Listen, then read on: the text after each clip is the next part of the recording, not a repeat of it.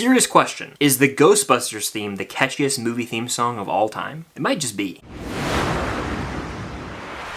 What's going on, guys? I'm Chris and welcome back to another video. So today I've got my review of Ghostbusters Frozen Empire. This is a direct sequel to Afterlife, which came out in 2021. And before I give you guys my thoughts on this movie, be sure to hit that like button and comment your thoughts on this film down below, as well as your expectations or predictions if you have not yet seen it. Subscribe and hit that notification bell to help reach my goal of 150,000 subscribers here on the channel. I mean, quite a bit. And if you guys want to watch movies and TV shows with me, you can do so on my Patreon. I'm currently working my way through Stranger Things. I'll be venturing into other movies and shows very soon, and your support over there means a lot and allows me to continue making these videos. And real quick, I gotta shout out the Unusual Couple podcast for weekly episodes with myself and my girlfriend Cam. We have a lot of fun with it over there. So as I always do when I review a new entry in a franchise, I'm gonna give you guys my background with this series. For Ghostbusters, I didn't grow up with these movies like many people did, so I don't have those fond childhood memories of watching the Ghostbusters films growing up because it just never happened for me. The franchise has its highs and lows, though for me, I don't view it as one of the top tier 80s movie franchises, but Afterlife was a real pleasant surprise. So coming into Frozen Empire, I was just excited to see a continuation of that story, and I'm happy to report this is a fun movie. Starting off with my pros here, a Ghostbusters movie should deliver on a fun time, and that's what Frozen Empire does. It's not changing the game when it comes to the way we look at Ghostbusters films, it's just quality entertainment, and that's kind of what I've come to expect out of these movies. When it comes to Frozen Empire, I do respect that this movie had new concepts introduced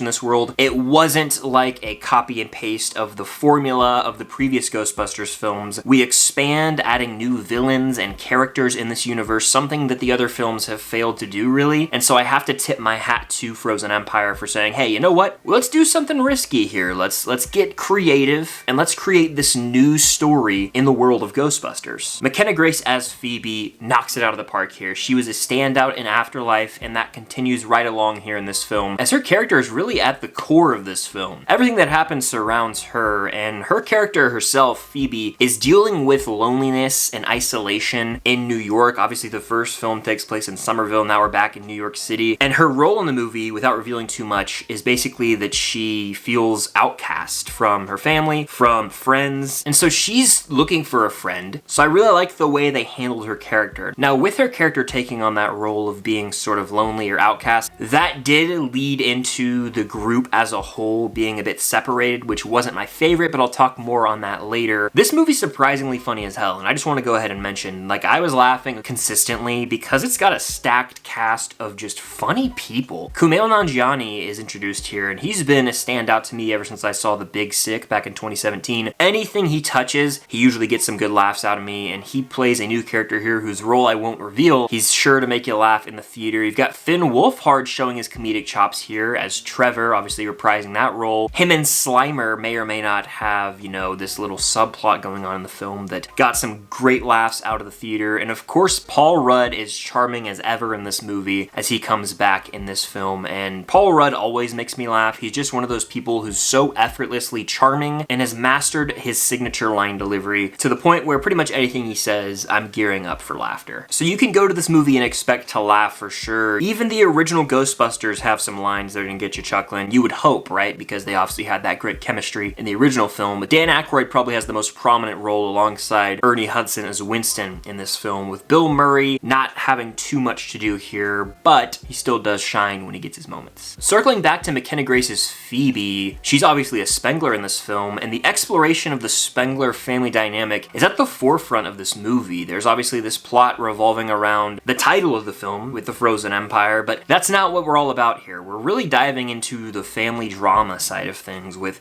the Spenglers and the ever-changing roles in the family. There's been a bit of a time jump since Afterlife, and so everyone has assumed new roles in their lives, and so they're just trying to make this family dynamic click. They're not your traditional family. There's no ifs, ands, or buts about it. So over the course of the movie, they're trying to mold into a family and really embrace who they are, and I thought that was a standout in the film, was seeing the shifting family dynamics, exploring Phoebe's 15-year-old angst and how she feels like an outcast in the world, but also balancing that with the classic Ghostbusters comedy and the action. And I thought it did a good job of balancing tones. It made for a lighthearted, family fun watch, something that would make for a great family movie night, that's for sure. The movie also has a really solid setup, and the opening scene in the present day is one of the better ghost-busting scenes I can recall. It almost looked like a Spielberg shot when we see the Ecto-1 pull out. I was like, I'm on board. And the movie just has those moments where, like, you know what, I can kick back, relax, and enjoy the ride. Now, while there's lots of fun to be had, I do think the movie has some issues. Moving into the cons here, I'd say my biggest is probably the fact that there's not as much heart as I hoped for. With Afterlife, I found myself on the brink of tears as we rolled into the third act because there's so much emotional connection to the film. With Frozen Empire, I found that it was held back ever so slightly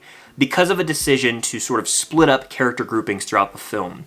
It didn't work as much as Afterlife when you've got a smaller group of characters in a smaller setting. In this movie, we're in the big city of New York, and so the scale has definitely increased, and because of that, it can take away from smaller character moments and relationships that were further developed in Afterlife. And so because of that, some things can feel a little more surface level than you would hope for in Frozen Empire. And as far as Ghostbusters movies go, it's a tad repetitive nowadays in the final act of these films. Like, if you've watched the marketing for this movie, it reveals way too much for starters. That's a topic for another time, with trailers revealing pretty much everything before you go see a movie. But regardless, it's a tad repetitive because how many times can we watch a Ghostbusters movie where this ominous ghost arrives in the third act with a deep voice that has some plan to take over the world? It just feels a bit rehashed, and it's like, we've seen this before. It almost becomes too predictable in a sense where it kind of loses your interest a little bit. At least for me, I was sitting there in the audience and I was like, man,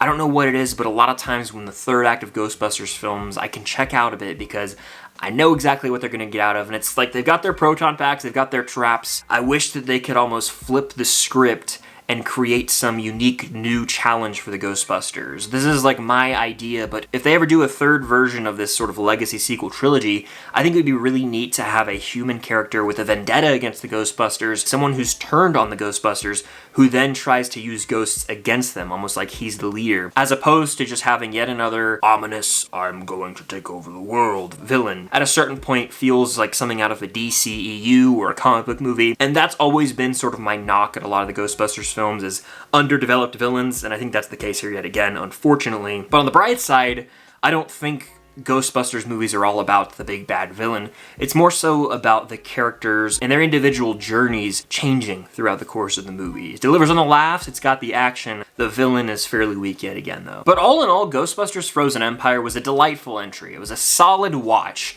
I think it's a step down from Ghostbusters Afterlife, if I'm being frank, but Afterlife set the bar pretty high in my mind. That is a legacy sequel done right. This movie takes risks as it does try and introduce these new concepts within the universe of Ghostbusters. They land sometimes, other times they feel stale and like a bit of a rehash in a different font almost, but I had fun, and that's the most important thing when I go to a Ghostbusters movie. Do I have fun? And the answer is yes. If you are a diehard fan of Ghostbusters, this movie will be right up your alley. At my screening, multiple people were dressed up with their proton packs, with their custom, name tags on their suits. They were ready to go, and my theater was really engaged. There was a high energy. I think this movie's made for fans, and I think every Ghostbusters movie ever has been made for fans. They've had a loyal fan base over the years. I myself don't even consider myself to be that big of a Ghostbusters fan. Like, some of the movies don't work for me. They're enjoyable enough. This one, I think, is par for the course when it comes to the Ghostbusters franchise. You've got an awesome family dynamic. It blends the legacy characters with the new generation really well, just like in the first movie. Of course, you've got your callbacks and the nostalgic nods. There's moments of action, lots of comedy, and of course, busting of ghosts. I'm not complaining. I enjoyed my time, and if you're a fan of Ghostbusters in any way, shape, or form, you'll find enjoyment with this movie as well. It was a solid watch, and I recommend checking it out if you like the Ghostbusters movies. But that does it for my review of Ghostbusters Frozen Empire. Stay tuned for my ranking of all the movies coming later this week,